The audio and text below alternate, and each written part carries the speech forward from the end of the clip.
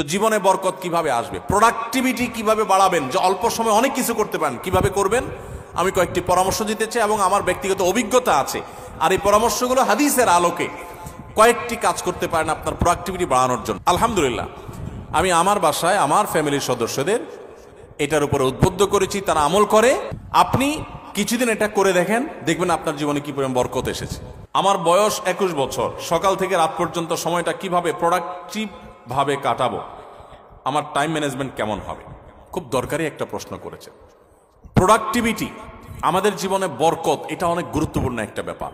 ইসলামের ইতিহাসে স্বর্ণযুগের অনেক সোনালী মানবরা আছেন, তাদের মাত্র 30, 35, 40 বছরের জীবনে হাজার হাজার পৃষ্ঠার বই রচনা করেছেন, গবেষণামূলক বই। আজকালকার মতো কপি পেস্ট মার্কা বই না, যে গুগল থেকে নকল করে কপি পেস্ট করে বই লিখে ফেলছে, জি না।